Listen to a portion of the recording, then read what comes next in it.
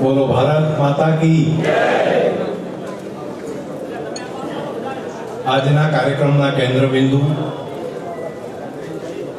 એવા બનાસ બેંકના ચેરમેન માન્ય દયાભાઈ ભિલિયાતર અને વાઇસ ચેરમેન માન્ય કેશુભાઈ પરમાર, આ બંનેના સન્માન કાર્યક્રમની અંદર આપણા બધાની વચ્ચે અહીંયા ઉપસ્થિત ભારતીય જનતા પાર્ટી બનાસકાંઠા જિલ્લાના અધ્યક્ષ અને રાજ્ય સરકારના પૂર્વ મંત્રી માન્ય શ્રી કીર્તિસિંહ બાપુ, એવા પાટણ જિલ્લા ભારતીય જનતા પાર્ટીના અધ્યક્ષ અને વર્ષોથી પાર્ટીનું કામ કરતા એવા માન્ય શ્રી દશરથજીભાઈ ઠાકોર, જિલ્લા પંચાયતના પ્રમુખ બેન હેતલબેન ઠાકોર, આ વિસ્તારના લોકપ્રિય ધારાસભ્ય અને ભલામણા માન્ય શ્રી લવિંગજીભાઈ સોલંકી, એવા વાવ વિસ્તારની અંદર નવનિયુક્ત ધારાસભ્ય માન્ય શ્રી સ્વરૂપજીભાઈ ઠાકોર, અહીંયા ઉપસ્થિત ભારતીય જનતા પાર્ટી પ્રદેશના આગેવાન અને મહિલા નેતા બેન નૌકાબેન પ્રજાપતિ, ભારતીય જનતા પાર્ટીના પૂર્વ અધ્યક્ષ આદરણીય ભુવનસિંહ બાપુ, અને આજે આખા કાર્યક્રમની શોભા જેમના કારણે છે એવા વાવ રાણા સાહેબ ગજેન્દ્રસિંહ બાપુ, તમામ બનાસ બેંકના બોર્ડ ઓફ ડાયરેક્ટર, તમામ board of director Banas dairy, જિલ્લાની તમામ સહકારી સંસ્થાઓના ચેરમેનશ્રીઓ, ડિરેક્ટરશ્રીઓ, ચૂંટાયેલી પાંખમાંથી આવેલા બધા સૌ પદાધિકારીઓ, સામાજિક તાણાવાણા સાથે જોડાયેલા તમામ જ્ઞાતિ સમાજના વિવિધ સંસ્થાઓના આગેવાનો અને વિશેષ રીતે બનાસકાંઠા જિલ્લા અને પાટણ બંનેની અંદરથી ક્ષત્રિય સમાજના શિરમોર એવા સૌ આગેવાનો, સન્માનીય વડીલો, તમામ જ્ઞાતિ સમાજના સૌ આગેવાનો વડીલો, સ્નેહલભાઈ એપીએમસીના ચેરમેન છે તે પાટણથી, બધાનું નામ અહીંયા લઈ શકાય એવા છે તમામ આગેવાનો. હું આમ જોઉં તો આ બાજુ સભા થાય એવું છે,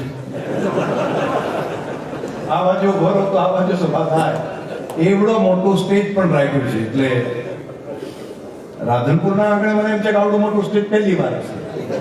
આટલા બધા આગેવાનો ને બંને જિલ્લાના બધા આગેવાનો છે, અને આમ તો હવે તો 3 જિલ્લાના આગેવાનો છે. એટલે એટલા બધા વડીલો આગેવાનો બધાની વચ્ચે અહીંયા ઉપસ્થિત છે. અને સૌ મારા સ્વજનો,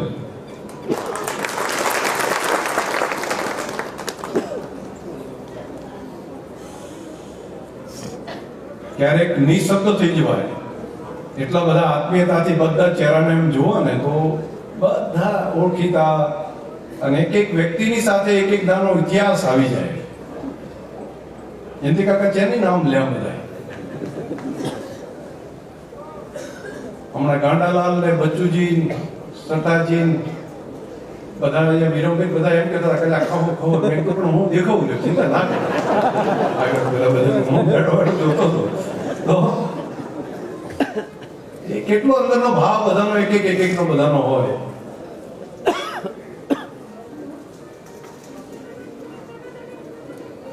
યુવાનોને હું કે અમે અહીંયાથી આવતા હતા ત્યારથી જ અમારું, અમે સ્વરૂપજી, લવિંગજીભાઈ બધા તો એટલાથી સ્વાગત કરતા કઈ આવતા મને 8-10 મિનિટ થઈ.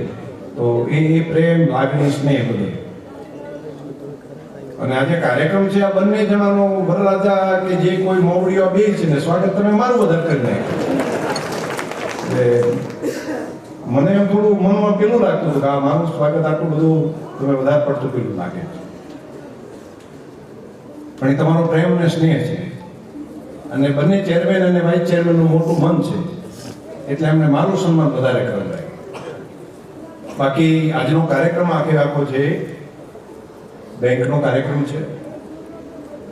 બેંકની અંદર બંને ચૂંટાયેલા બંને મિત્રો ખૂબ કર્મઠ કાર્યકર્તાઓ છે. પ્રજા જીવનની સાથે બે જણાએ દસકાઓનો અનુભવ છે અને નીચેથી કરીને ઉપર સુધી દરેક જ્ઞાતિ સમાજમાં કામ કરતા કરતા ઘડાઈને આવેલા આગેવાનો છે. પ્રજાનું સુખ દુઃખ પોતે જાતે અનુભવ્યું છે એટલે ડાયરેક્ટ કંઈ પેલું નથી, સીધે નીચેથી ઘડાઈને આવેલા છે. નીચે સુખ દુઃખ સહન કરીને આવ્યા છે. એ ગ્રામ પંચાયતથી કરીને શેખ ઉપર સુધી કેશુભાઈ અહીંયા સરપંચ તરીકે હતા ત્યારે અમે સાથે કામ કરીએ. પાર્ટીનું કામ એ કરતા હોય ત્યારે અમે સાથે કામ મેં જાતે જોયેલું. સંઘના ચેરમેન બનાવ્યા ત્યારે પણ સાથે કામ અમે પ્રત્યક્ષ રીતે જોયેલું. અને સંઘના ચેરમેન બની રહ્યા પછી બહુ મોટું ઉદાહરણ છે. બે ઉદાહરણ એમના જીવનના છે. એ બે મારે આજે ઉલ્લેખ કરવો પડે. ગ્રામ પંચાયતમાં સરપંચ બન્યા અને ત્યારે તો સરપંચનું થાય લવિંગજીભાઈ બહુ જૂનું કયા વર્ષમાં બન્યા હશે? લગભગ 2002 થી 7 અને ત્યારે હું ધારાસભ્ય. અને 2007 ની અંદર હું બધી આવી વાતો કરું કે ભાઈ જનપ્રતિનિધિ હોય તો એને ખાલી હોદ્દો ભોગવવાનો ના હોય, એને પ્રજા પ્રત્યેની એકાઉન્ટેબિલિટી રાખવી પડે. એને શું કામ કર્યું એનો હિસાબ પ્રજાને આપવો પડે. તો આ બધી વાતો કરીએ ને તો એમણે અને કરશનભાઈ મને એમ છે કે એક ટાઈમે સરપંચમાં હતા અર્જુન સર, અને એ વખતે 4-5 સરપંચોની અંદર પ્રેરણા લઈને એ ટાઈમે નક્કી કરેલું ઉમેદનભાઈ કે હિસાબ આપવો સરપંચ. અને ત્યારે એમણે નાયતવાડા ગામમાં પોતાના 5 વર્ષના સમયગાળામાં કેટલું કામ કર્યું છે, શું શું કર્યું એનો 5 વર્ષનો હિસાબ આપીને પછી જાહેરાત કરી હવે મારા સરપંચ ન રહેવા. આવું ભાગ્ય થાય. હો, ચૂંટણી ન લડવાની હોય એ ટાઈમે એમ કે હું આ હિસાબ આપું છું, મેં મારા વિસ્તારની અંદર આટલું કામ કર્યું ને. કરશનભાઈ તમારે ત્યાં એ વખતે નક્કી થયું હતું. તો આ ગણી અને પછી એમ કીધું હવે આપણે સરપંચ થવાનું નથી. એટલે છોડતા કઈ રીતે રાજનીતિની અંદર આપણે જાહેર જીવનમાં એ બાબત સંઘના ચેરમેન બનાયા. બધા આગેવાનો ભેગા થઈને કીધું કે કેશુભાઈને આપણે ચેરમેન બનાવો. મતની રાજનીતિથી નહીં, પરંતુ એક સારા માણસ છે એટલા માટે કરીને આપણે બધાએ ભેગા થઈને એમને સંઘના ચેરમેન બનાવો. સંઘના ચેરમેન બનાવ્યા પછી સંઘના ચેરમેનનો ખૂબ સારો વહીવટ કર્યા પછી સમય થયો ત્યારે એક દિવસ મારી પાસે આવ્યા. મને કે સાહેબ હવે ખૂબ ચેરમેન તરીકે ખૂબ રહ્યા અને હવે નવું કોઈ નામ નક્કી કરો. હવે મારું જવાબદારી મારી પૂરી. મેં કીધું કોઈ હોદ્દો લેવા પડાપડી કરે, તમે ના પાડો છો કે ના, હવે જે કાર્યકર્તા આગેવાનને તમારે આપવું હોય એ બધા ભેગા થઈને નક્કી કરો. પરંતુ હવે સંઘના ચેરમેન તરીકે મેં કીધું કંઈક તમારે બીજો કઈ ભૂખ લાગે છે કે ના ના ના આવું નથી, મારે કઈ નહીં, મને આ ખાલી ખેતીની વાતો કરતા સારી ખેતી કરવી છે અને હું પાર્ટીનું કામ સાથે રહીને કાયમી કરીશ, પણ મારે સંઘનું હવે છે ને બીજા કોઈ કાર્યકર્તાને આપવું છે. હવે ચૂંટણી જે લડાય એમાં જીતાડીને આપવા માટે હું ભેગો, પણ એ પછી ચેરમેનનું નામ તમે નક્કી કરી નાખજો. તો આ રીતનો ભાવ સાથે બે બાબતો મારે આજના દિવસે મને લાગે છે કે એમની ઉલ્લેખ કરવી પડે. આ માણસાઈની વાત જો આપણે ન કરીએ ને તો મને લાગે છે કે ખબર હોય તો ઘણી વખત ધ્યાનમાં નથી આવતું. આવા કેશુભાઈ અહીંથી આજે એમનું વાઇસ ચેરમેન તરીકે સન્માન. ડાયાભાઈનું કામ મેં વર્ષોથી જોયું. ખેડૂતોને બીટી કપાસના બિયારણ બનાવતા અને એ વખતે મોટી મોટી કંપનીઓ એના ભાવ ના, ખાસ કરીને દિયોદર ને કાંકરેજ ને ગુણોભાઈ બધા બેઠા છે. તો એ વખતે મારી પાસે ડેલિગેશન આવ્યું. મને કે સાહેબ કંઈક મદદ કરો. મેં કહ્યું મદદ તો કરું પણ તમે સંઘર્ષ કરવાની તમારી તૈયારી છે? નહીતર આ કંપનીઓ એવડી મોટી છે કે મારા પૈડા તોડી નાખે પછી તમે ભેગા ના રહો તો કોઈનું કઈ ના રહે. એટલે એમાંથી એક લીડર થાઓ અને ટીમ બનાવો. એ વખતે ખેડૂતની ટીમ બનાવી. નામ શું આપ્યું? ખેડૂત બનાસકાંઠા ખેડૂત કપાસ ઉત્પાદન સંગઠન, અને એના પ્રમુખ તરીકે એમને ત્યારે ઇન્ચાર્જ બનાવ્યા. અને લડ્યા એટલે એવું લડ્યા કે એ કંપનીને ડબલ કરતા ભાવ ખેડૂતોના બિયારણનો કરવો પડ્યો. અને એ પછી તો ક્યાંયથી ક્યાં સુધી આગળ પહોંચાડ્યું. એટલે નખથી જે માણસ ખેડૂતો માટે સંઘર્ષ કરવા વાળો માણસ નાનપણથી, અને સહકારી તરીકે પાર્ટીના પ્રમુખ તરીકેનું કામ કર્યું, પછી જિલ્લાના પાર્ટીના મહામંત્રી તરીકેનું કામ કર્યું. બધાય કામની અંદર રાત દિવસ આસીપાની ના કરે એવા આગેવાન. એટલા બંને માણસોનો મેં ઓળખાણ એટલા માટે કરી. ઘણી વખત કેમ કે મારું બેટું આ તો ચેરમેન ને વાઇસ ચેરમેન મેળ પડી ગયો લાગે, પણ એ આપણે નીચે પેલા પાયામાં કેટલાય રે ધરબાઈ ગયેલા છે એની ખબર હોતી જ નથી.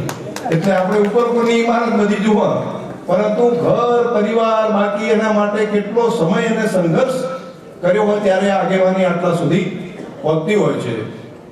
અને ચેરમેન ને વાઇસ ચેરમેન છે એટલે હું તો ધરીને રાજી છું. કેમ કે આવા સંજોગો ક્યારેક ક્યારેક બનતા હોય, અને ચેરમેન વાઇસ ચેરમેન એવું બોલતા હતા કે શંકરભાઈ અમારી સાથે છે એટલે એમનો સહકાર મળશે. માત્ર સહકાર નહીં, હું સંપૂર્ણ રીતે આ બેંક સાથે ને તમારા નિયામક મંડળની સાથે કમ્પ્લીટ છું. સાથે રહીને કામ કરશું. આપણે કામને આપણે આગળ વધારીશું. ખેડૂતોની સંસ્થા મોટી થાય એના માટે મહેનત કરશું. મને યાદ છે 10 વર્ષ સુધી ચેરમેન તરીકે મેં કામ કરેલું છે. અને ચેરમેન તરીકે બોર્ડ જ્યારે નિયામક મંડળ કમ્પ્લીટ થઈ અને આવી ગયું, બિનરીફ થઈ ગયું, અને પછી મને ચેરમેન તરીકે મારું નામ બધાએ મૂક્યું, સાહેબ હવે તમે ચેરમેન છો, બીજું કંઈ વિષય કંઈ નહોતું. અને એ વખતે મેં M.L. ચૌધરી સાહેબનું નામ કીધું કે હવે મેં ખૂબ રહ્યો અને હવે બેંકના ચેરમેન તરીકે મારે નથી રહેવું. ત્યારે ઘણાને અફસોસ પણ થતો હતો, આ રીતે હોય જીતવાનું બધું તમે ભેગું કરીને એક તરફી બધું બિનરીફ થયું. હવે તમે પણ મારે અભિનંદન આપવા પડે કે મેં જે કામ કર્યું હતું એ જ પ્રમાણે M.L. ચૌધરી સાહેબે પણ સતત કામને આગળ વધારવાનું કામ આજે નથી હાજર તો પણ એ માણસે કર્યું હતું. અને તમે બધા એ એમના પછીના ચેરમેનો, એના પહેલાના ચેરમેનો, અને ગુજરી પરંપરા છે ચેરમેનશ્રીઓની, એ જ પ્રમાણે તમે કાયમી તમને યાદ કરે એ પ્રમાણેનું કામ કરજો. એવી હૃદયપૂર્વકની તમને શુભકામનાઓ પાઠવું છું. હું ચેરમેન થઈ શક્યો એની પાછળ પણ બહુ મોટો ઇતિહાસ છે.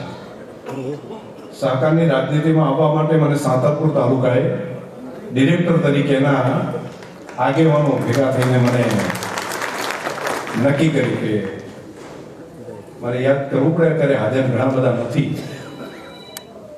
એમાં લક્ષ્મણસિંહ બાપુ દહીસરથી, પછી લક્ષ્મણભાઈ ડાયાભાઈ બકુતરાથી આહિર, પછી ગાંધીખાનભાઈ ગોખંદરથી, પછી અહીંથી મૂળજીવા, પછી રતિલાલ સુથાર, પછી આપણે અમીરપુરાથી જયવતભાઈ, લગભગ 10-15 આગેવાનો ભેગા થઈને મારી પાસે આવીને મને કહે છે કે સાહેબ ડિરેક્ટર તો આમાંથી ગમે તેમ બનાવો, પણ અમારે તો જે નિયત કરવાનું શું, અને તમે હશો ને તો ઘણું બધું કરી શકશો. મેં કીધું મને આમ ઉપાધિ ઊંચા પાડો છો, અને પાછા એમાંથી અડધા તો કોંગ્રેસ પાર્ટીમાં જોડાયેલા, અડધા ઉપર. મેં કીધું પણ તમે આમ તો કોઈ દાડો ટપકું કરતા નથી કે ઈ જે હોય પણ આ સરકારનું હિત તમે હાંચવી શકો, એટલા માટે અમારે તમને અહીંથી બિનરીફ કરવા છે. અને મારે બધા આગેવાનોને જાહેરમાં આભાર માનવો પડે કે મને સહકારની શરૂઆત કરવાનું કામ એ સાંતરપુર તાલુકાના બધા આગેવાનો અને લોધરા મંડળીથી મારી શરૂઆત એ પ્રમાણેની ત્યાંથી કરીને મને સહકારનો એકડો ભણાવવાનું કામ જો કોઈએ કર્યું હોય તો સાંતરપુર તાલુકાએ કર્યું હતું. એટલા માટે મારે આજે જાહેર મંચ ઉપરથી મારે અભિનંદન આપવા છે. અને મને રાજનીતિની શરૂઆત જો કોઈ કરાવી હોય તો આ રાધનપુર તાલુકાએ કરાઈ. કે નાનકડા કાર્યકર્તા તરીકે કઈ મને ના રાજકારણનો ર આવડે, ના કઈ ભાષણ આવડે, ના કામ કરતા આવડે, તો પણ એક એક કાર્યકર્તા અહીંયા મળતા હતા ને બધા. તમને ઘણાને લાગ્યું હશે કે બાવાભાઈ ઠાકોર, દેરાસી ઠાકોર સમાજના આગેવાન વડીલ, અને એમને તમને એમ લાગ્યું હશે કે જેમ વાત ભીડીને મળ્યા, એ આયા હતા, સતાજી આયા હતા, કેટલા બધા આગેવાનો યશવંતજીની પહેલા એ બધા કેટલા બધા અંદરથી આપણને પેલું થાય સુખમાં દુઃખમાં કેટલી આમ, એટલે અંદરથી ઘણી વખત જોઈએ ને ત્યારે લાગણી કેટલા આગેવાનો બેઠા છે બધા. એ બધાએ નાનાથી મોટા કરવાનું કામ બધાએ કર્યું મને. એટલે આજે અહીંયા આવ્યો છું તો એ ભાવુકતા અંદરથી નીકળી જાય છે, અને એ શબ્દ અને મારે જે બોલવું તો એ ભાષણ હું ભૂલી ગયો. અને હું અત્યારે આ વાત મારા મનમાં અત્યારે બધાને જોઈને યાદ આવી. પરંતુ બંને તાલુકાના જે આગેવાનો છે એ બધાને અહીંયા એ ભરોસો આપું છું કે તમારા સુખમાં દુઃખમાં કાયમી તમારા હિતોનું રક્ષણ કરવાનું કામ કાર્ય કર્યા કરી બધા ચિંતા ન કરતા. આમ તો ધારાસભ્યો તમારા સક્ષમ છે અને લવિંગજીભાઈ તો આવીને કાયમ કામ લઈને આવે હોય. એક એક કામ તો નહેરનું કામ લઈને આવે, બીજું લઈને આવે. હમણાં મને રસ્તામાં આવતા ગાડીમાં કીધું કે હવે થરાદ જિલ્લો થયો છે ને એટલે એમાં એ થરાદે શેકવું પડે છે, પાટણે શેકવું તો ભવિષ્યની અંદર અમારો વારો આવશે નહીં. એટલે લો તમે ભવિષ્યનું પ્લાનિંગ તમે બેઠા બેઠા કરો છો કે અમારે 5-10 વર્ષે મેળ પડે કે મેં તો હા મેં તો સક્રિય કર્યો પણ જિલ્લો બનાવવો હોય તો એ પહેલા જિલ્લા જેવું ગામ બનાવી નાખવું પડે. જિલ્લાનું સેન્ટર તમારે એવું બનાવવું પડે કે જેના કારણે કરીને એવું લાગે કે અહીંયા જિલ્લો ચાલે, અહીંયા જિલ્લો કરી શકાય. એના રસ્તા, એનું ગટર, એની પાણી, એની કાયદો ને વ્યવસ્થા, એની સુરક્ષા, પ્રજાની નિર્ભયતા, નાના મોટા ઉદ્યોગ ધંધા, એની જીઆઈડીસી, અહીંયા પાણી, અહીંના લોકોનું અર્થતંત્ર, એ બધું એ રીતે તૈયાર કરવું પડે કે કોઈને દૂરથી જતા એમ લાગે હો મારું બધું આ કરી શકાય. તો આવી વ્યવસ્થા જરા ઊભી કરવાનું કામ લવિંગજી કરશે એવું મને ભરોસો છે. તો ભવિષ્યનું જ્યારે એક્સપાન્શન થાય ત્યારે તમારો વારો આપણે આવી શકે અને ખૂબ સારી રીતે આગળ વધારી શકાય. તો આ બાબત પણ મારે તમારા બધાની વચ્ચે ધ્યાન ઉપર મૂકવી હતી એટલે મૂકી. બેંકનું બહુ નાનું કામ હતું. હું ગયો ત્યારે 250 કરોડની ડિપોઝિટ હતી. અત્યારે કેટલી થઈ ગયા ભાઈ? એટલે હું આવ્યો ત્યારે 250 કરોડની શરૂઆત હતી અને પછી 2000 કરોડ થઈ ત્યારે તો અમે પેલું કરતા હતા 2000 કરોડ 250 માંથી 2000 કરોડની ડિપોઝિટ કરી. અને પહેલા ઘણા બધા ચેરમેનો અને ઘણો બધો 50 વર્ષનો સમય નીકળી ગયો ત્યાં સુધી 250 કરોડે પહોંચ્યા હતા.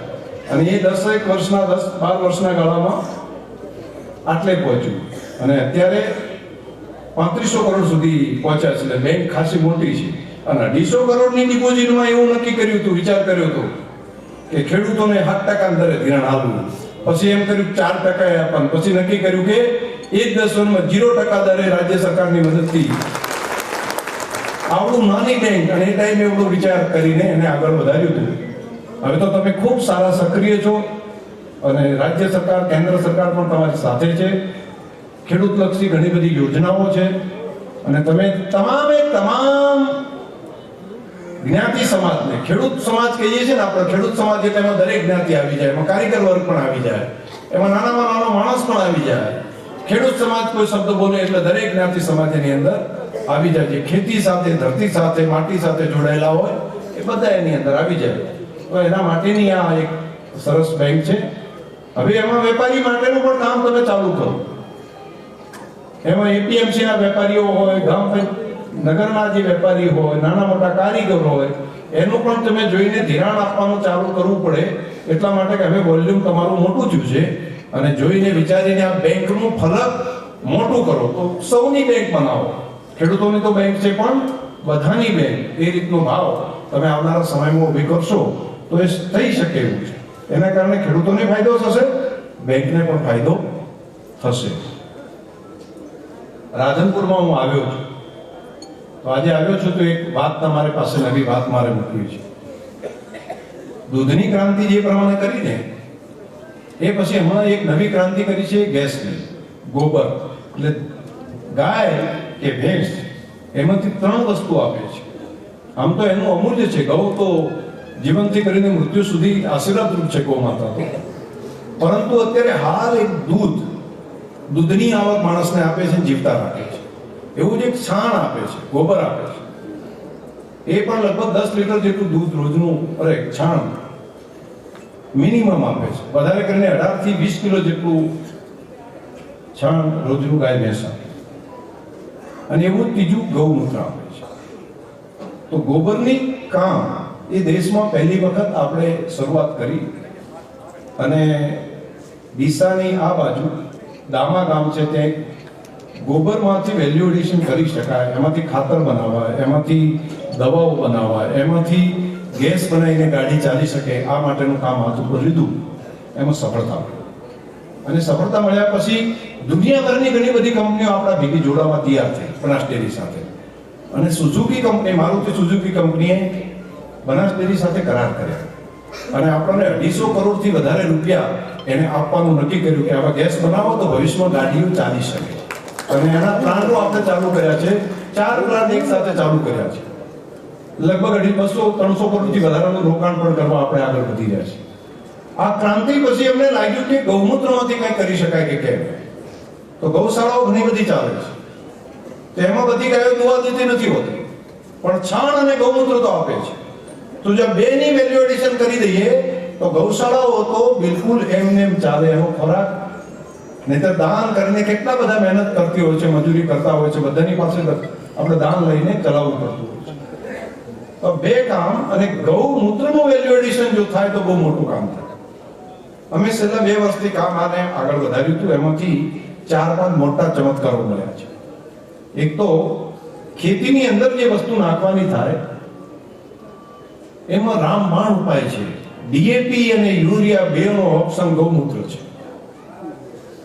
ગૌમૂત્રની અંદર જો કેટલાક બેક્ટેરિયાનું વેલ્યુ એડિશન કરીએ તો જબરજસ્ત એક ક્રાંતિ છે. જંતુનાશક દવાઓ જે નાખીએ છીએ ખેતીના પાકમાં જે નુકસાન થાય છે એનો પણ ઓપ્શન આની અંદર છે. ઘણી બધી વસ્તુ બની શકે એ R&D થઈ ગયું છે. એટલે ટ્રાયલ બેઝ ઉપર પૂરું કર્યું કામ. હવે નવું ડેરી, જે રીતે ગોબર માટેનો એક છાણના પ્લાન્ટ 4 મોટા કર્યા, લગભગ લાખણીની અંદર મોટો પ્લાન્ટ જે કરવા જઈ રહ્યા છીએ તો એ 50 કરોડ આજુબાજુ થશે, 40-50 કરોડ. એક વડગામની અંદર મોટો પ્લાન્ટ આપણે કરીએ છીએ, એક ધાનેરામાં કરીએ છીએ. તો દિયોદરમાં જેમ ડેરી બનાવી છે, આ ગોબરના પ્લાન્ટ જે કર્યા છે, તો નવું ગૌમૂત્ર માટેની મોટી ડેરી કહેવાય ને, એને ડેરી શબ્દ વાપરવો કે એના માટેની મોટી ફેક્ટરી વાપરવી, એ ક્યાં કરવી એના માટેનો વિચાર કર્યો છે. તો આ રાધનપુર સાંતલપુરની અંદર દેશી ગાય મોટા પ્રમાણમાં છે. તો હવે આવતા મહિનામાં એનું ખાતમુહૂર્ત આ રાધનપુરની ધરતી પર કરવા આપણે દેશની પહેલી ગૌમૂત્રની અંદરથી વેલ્યુ એડિશન બનાવીને એમાંથી આવક ઊભી થાય અને ખેડૂત દૂધમાંથી પૈસા કમાય છે, એવા ગોબરમાંથી, છાણમાંથી પૈસા કમાય, એ પ્રમાણે જરણમાંથી એને પૈસા થાય અને એમાં પછી વહુ કઈ નહીં, એ તો રોજે રોજ મળે. તો નવી એક આવક ઊભી થાય, એના કામના શ્રી ગણેશ આપણે રાધનપુરની ધરતી ઉપરથી આવતા મહિનામાં કરવા જઈ રહ્યા છીએ. તેના એક સમાચાર તમને બધાને મારે આપવા હતા, એક રાજીપા સાથે. તો નજીકના દિવસમાં એનું કામ, એના એન્જિનિયરોની ટીમ, એના સાયન્ટિસ્ટો, એના કરાર, એ બધું કરી લીધું છે. અને 1 વર્ષના સમયગાળામાં ભારતની એવડી મોટી ગૌમૂત્રમાંથી આવક મેળવવાની નવી ક્રાંતિ એ આપણી આ રાધનપુરની ધરતી ઉપરથી બનાસ ડેરીના માધ્યમથી કરવાની શરૂઆત આવી. તો એ સમાચાર તમને બધાને આજે આપું, જેથી ભવિષ્યની અંદર ગાય એ આપણા ઉપર ઉપકાર કરે છે. નહીંતર વહુકી જાય ગાય એટલે બધા એને કાઢી મૂકે, તો એવું નહીં, એ માં છે. પણ હવે મને પાક્કી ગેરંટી છે કે ગાય હોય કે એનો વાછડો હોય, ગોબરની એટલે છાણની અને ગૌમૂત્રની આવક એ રીતે ઊભી કરવી છે કે કોઈ રખડવા ના દે. એમ કે બહુ ચીજું તો ઊભું ખવડાવો, કેમ કે એમાંથી પૈસા મળે છે. કેમ કે માણસનો સ્વભાવ છે, દૂધ આપે છે એટલે આપણે દૂધની ગાયો રાખીએ છીએ, અને પેલા બાકડા થાય એટલે બહાર કાઢીએ છીએ. તો આ બાકડું થાય તો આવક આપે એવું થાય, તો આ ક્રાંતિ મોટી ઊભી થાય. 5-7 વર્ષથી કામ કરતા હતા, પણ એ કામની અંદર સફળતા મળી ગઈ છે. તો નજીકના દિવસમાં આવીને આ કામ આપણે ઊભું અહીંયા કરશું. તો એના સમાચાર પણ તમને બધાને આપું છું. નવી જનરેશને એક ચાલુ કરશું ને, પછી તમે જોજો ને, આજે દેશમાં ગેસ એક કર્યો તો પ્લાન્ટ, પણ આખા દેશમાં ગોબર ગેસ પ્લાન્ટો ચાલુ કરવાનું ચાલુ કરી દીધું છે. આ વખતે ભારત સરકારે પણ સરસ નીતિ આયોગે પોલિસી બનાવી છે, એટલે એ પણ કીધું કે અમે તમને મદદ કરશું. આખા દેશમાં હવે ગોબર ગેસ ચાલુ થશે. તો ગૌમૂત્રનું પણ યાદ રાખજો. આ રાધનપુરની પવિત્ર ધરતી ઉપરથી હું આ ભવિષ્યવાણી કરું છું કે આવનારા સમયની અંદર ગાયનું ગૌમૂત્ર એ અમૃત સમાન ખેતીના પાક માટે સાબિત થવાનું છે. ને એના માટે લોકો લાઈન લગાડશે. જે પ્રમાણે પહેલા દૂધ માટે કોઈ દૂધ લેવા તૈયાર નહોતું, અને ઘરે એમ કહેતા દૂધ ના વેચાય, દૂધ ને પુત્ર ના વેચાય, આવી વાતો કરતા ને કોઈ દૂધ વેચતું નહોતું. આજે દૂધ માટે કોઈ એમ 100 ગ્રામ ઘરે રાખવું હોય તો એમ અઘરું પડે છે. એવી થઈને એવી સ્થિતિ ગૌમૂત્રની અંદર થશે. આ મારી એડવાન્સમાં ભવિષ્યવાણી છે. આ કામની અંદર આપણી મોટી ક્રાંતિ આવશે. કેમ કે એમાં એટલા ખનિજ તત્વો ગૌમૂત્રની અંદર મળેલા છે, અંદર ભરેલા છે. અને એ ગાય માતા એ સાચા અર્થમાં 33 કરોડ દેવ કહીએ છીએ, પણ અનેક કરોડો બેક્ટેરિયા એની અંદર પોઝિટિવ, જે માનવ સૃષ્ટિ માટે, જીવ સૃષ્ટિ માટે ઉપકારક એની અંદર રહેલા છે. તો એક આ બાબત તમારા બધાની વચ્ચે મારે મૂકવી હતી.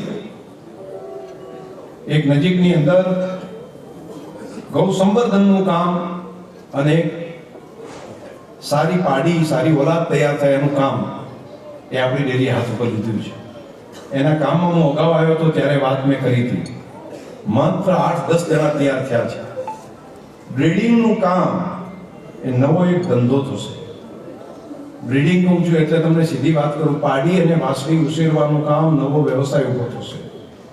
બનાસકાંઠા એટલો જિલ્લો 2000 કરોડના ગાય ભેંસ બનાસકાંઠા અને મહેસાણાના હદની અંદર પંજાબથી લાવીએ છીએ. એ ગાય જો આપણે દેશી ગાયને 20-25 લીટર દૂધ આપતી આપણે કરી દઈએ તો આપણે આખા દેશને ગાય અને ભેંસ આપવાનું કામ કરી શકીએ. અને મોટું કામ ભીલડીની આ બાજુ એક ફાર્મ તૈયાર કરીને એમ્બ્રિયો ટ્રાન્સપ્લાન્ટ ટેકનોલોજીનું કામ આખા દેશનું મોટું ત્યાં આગળ આપણે કાંકરેજની ધરતી ઉપર ચાલુ કર્યું છે. અને એ કામ બહુ મોટી ક્રાંતિ સરસ છે. આ બ્રીડિંગમાં જો એક યુવાન તૈયાર થાય કે મારે 50-100 ગાયો રાખવી છે, તો ડેરીની ઘણી બધી એમાં યોજના છે, સ્કીમ છે. રાજ્ય સરકાર પણ એમાં મદદ કરે છે, ડેરીએ મદદ કરે છે. પણ વાછડીઓ અને પાડીઓ એવી તૈયાર કરીને મૂકો કે જે 2 લાખ રૂપિયા કોઈ ગાય વેચે નહીં એવી ગાય આપણે બનાવી શકાય. દેશી ગાય, કાંકરેજ ગાય, ગીર ગાય કહું છું. હવે રેડ સિંધી ગાય અને સાયવાલમાં પણ કામ આપણે આગળ વધારી રહ્યા છીએ. ભેંસમાં પણ એ જ પ્રમાણનું કામ. અમને ગયા અઠવાડિયે 4 મુરા ભેંસો 28 લીટર દૂધ આપતી આપણે ઉત્તર પ્રદેશ ને પંજાબ વચ્ચેથી લઈ આવ્યા. અને અહીંથી 28-30 લીટર દૂધ આપતી જાફરાબાદી ભેંસો એ પણ આપણે લઈ આવ્યા. હવે એમાંથી વેલ્યુ એડિશન કરીને આવી ભેંસો સુધી વધારે થાય. આપણી મહેસાણી ભેંસ, બન્ની ભેંસ, એમાંથી પણ સારામાં સારી ઓલાદ કઈ રીતે તૈયાર થાય, વિજ્ઞાનનો ઉપયોગ કરીને એક એમ્બ્રિયોમાંથી 50-50, 100-100 બચ્ચા એક વર્ષમાં તૈયાર કરી શકાય. આ વિજ્ઞાન છે. અને બીજું, ભારતમાં શોર્ટેજ સિમેન્ટ ડોઝ માટેનું આપણી પાસે વિજ્ઞાન નહોતું, પેટન્ટ નહોતો, માત્ર અમેરિકા પાસે હતો. એટલે વાછડી જોવે કે વાછડો જોવે એ આપણે અમેરિકાની કંપનીના ડોઝ લઈએ તો જ થતું હતું. એનડીડીબી અને બનાસ ડેરીએ મહેનત કરીને, ખાસ કરીને એનડીડીબી આ મશીનને ડેવલપ કર્યું છે. અને આ મહિનાની અંદર બનાસની ધરતી ઉપર 2 મશીન સંપૂર્ણ સ્વદેશી ભારતીય પેટર્ન સાથેના આપણી ધરતી ઉપર શોર્ટેજ સિમેન્ટ ડોઝ માટેના આવી જશે. એટલે 90% પાડી જ આવે, 90% વાસળી જ આવે. એટલે રખડતા આખલા પાડા જે ભેટો મારે છે ને બધું લગભગ નીકળી જાય. 90% વાસળી જેના ડોઝની અંદરથી આવે એ માટેના 2 મશીન આવતા મહિનામાં આપણી ધરતી ઉપર બને થઈ જશે. આ બહુ મોટી ક્રાંતિઓ થશે. અને જે ડોઝ આપણને 800 રૂપિયા મળે છે એ 100 રૂપિયા 150 રૂપિયાની અંદર મળતો થઈ જાય. એટલે બધા લોકોને કામ આગળ વધે. પણ ડોક્ટર સાહેબ એ ટેકનોલોજીનો ઉપયોગ માણસનો નથી કરી શકતા. નહીંતર માણસ પાસે ઊંધું કરી મશીનમાં અમે અત્યારે ડોક્ટર મિત્રો ઘણા બધા છે ને એટલે નવું વિચારતા છે. પણ એના ઉપર સિક્યુરિટી વ્યવસ્થા બાકી બધું એ રીતનું કર્યું છે કે એ માણસનો ઉપયોગ ન કરી શકાય. નહીંતર તો માણસને બધા એમ કે અમારે એ ઉપયોગ ન થાય એની પણ સંપૂર્ણ ખાતરી સાથે, સંપૂર્ણ વ્યવસ્થા સાથે પાડી જેની અંદરથી આવે એ પ્રમાણની વ્યવસ્થા કરી છે. અને એમાં પેટર્ન પણ બધા એવા નાખ્યા છે ને કે માદા નિર્માણ થાય, નહીંતર તો ડોક્ટરો ભૂકા કાઢી નાખે તેનાથી મૃત્યુ થાય. તો આ વ્યવસ્થા પણ એની અંદર એક કરવામાં આવી છે મોટા પ્રમાણમાં. આ વિજ્ઞાનનો ઉપયોગ કરીને તો એ પણ કામ આવતા મહિનાથી આપણે તે ઊભું થશે. બસ આ 3-4 વાતો હતી. ખૂબ રાજીપા સાથે અમારું સ્વાગત કર્યું. હું chairman Shri, vice chairman Shri અને એમના પૂર્ણ નિયામક મંડળને હૃદયથી ખૂબ ખૂબ અભિનંદન આપું છું. બધાને ધન્યવાદ પણ પાઠવું છું. સૌનો હૃદયથી ખૂબ ખૂબ આભાર. અને ફરી કહું છું, તમારા સુખ દુઃખમાં સદૈવ સાથે રહીશ. ખૂબ ખૂબ આભાર.